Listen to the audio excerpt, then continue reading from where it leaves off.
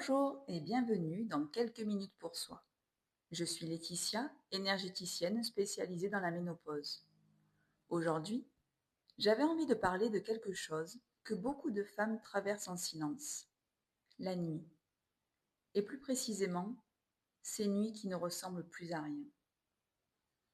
Tu t'endors difficilement, ou tu t'endors bien, mais tu te réveilles à 3 heures du matin, parfois 2 heures, parfois 4 heures, les yeux grands ouverts, la tête qui tourne, le corps fatigué, mais le cerveau, lui, bien réveillé. Et le lendemain matin, tu te lèves épuisé. Encore.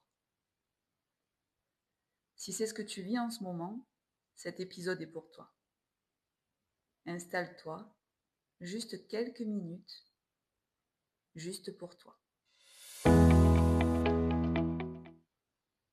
Le sommeil et la ménopause, c'est un des sujets dont on parle le moins franchement. On dit les insomnies, comme si c'était une fatalité, comme si c'était dans la tête, comme s'il suffisait de mieux gérer son stress.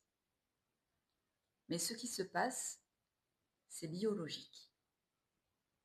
La progestérone, l'hormone du calme, du sommeil, chute en périménopause.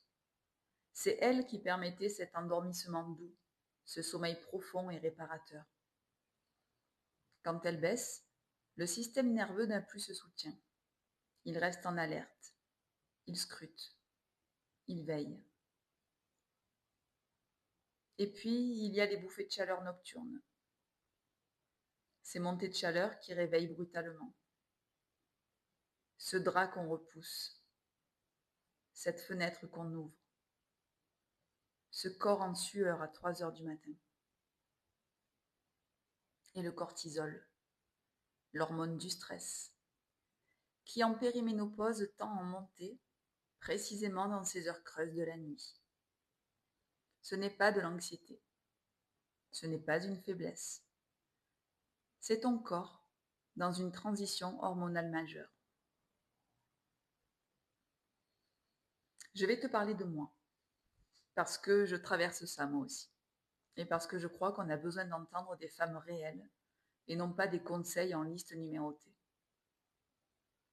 Pendant un moment, je me réveillais systématiquement entre 2 heures et 4 heures. Pas à cause d'un bruit, pas à cause d'un souci particulier.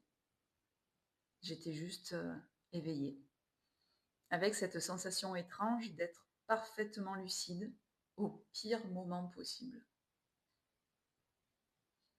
Ce qui m'a aidée, c'est plusieurs choses combinées.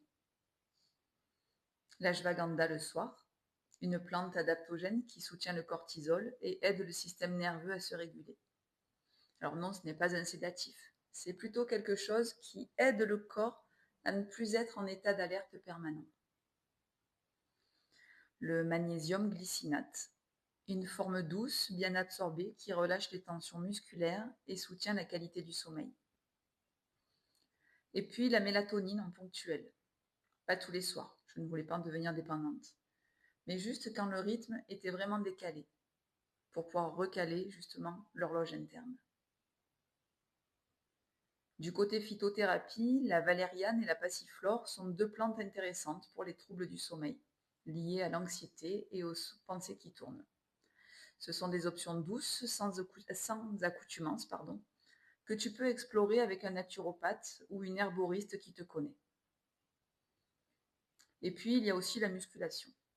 Parce que quand le corps est vraiment sollicité en profondeur, quand les muscles ont bien travaillé, le besoin de récupération est réel.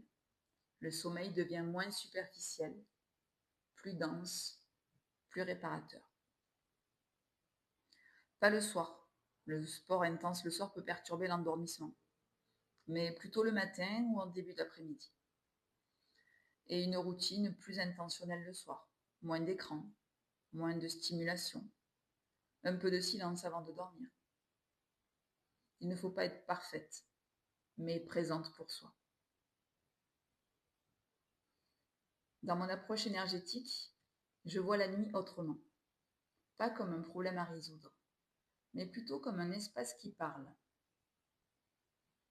Ces réveils à 3 heures du matin, en médecine chinoise traditionnelle, c'est l'heure du foie, l'heure du traitement émotionnel, l'heure où ce qu'on n'a pas digéré dans la journée remonte à la surface.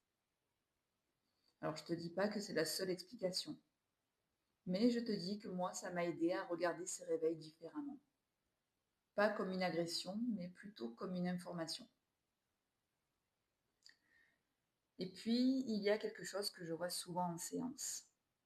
Les femmes qui dorment le moins bien ne sont pas forcément les plus stressées au sens où on l'entend habituellement. Ce sont souvent les femmes qui portent beaucoup, en silence, qui gèrent, qui anticipent, qui organisent, qui se couchent épuisées, mais dont le système nerveux, lui, ne sait plus comment s'arrêter. Parce qu'il n'a pas appris à s'arrêter. Parce qu'on ne lui a jamais vraiment donné la permission de s'arrêter. En séance, c'est quelque chose qu'on travaille ensemble. Ce relâchement du système nerveux, cette permission de poser, ce retour dans le corps, qui ne soit pas guidé par l'urgence ou la douleur. Certaines femmes me disent qu'elles ont mieux dormi dans les jours qui suivent. Pas toujours, pas comme par magie. Mais il y a quelque chose qui se dépose. Quelque chose qui était maintenu en tension et qui trouve enfin un espace pour se lâcher. Alors demande-toi, qu'est-ce que tu portes que tu n'as pas encore déposé?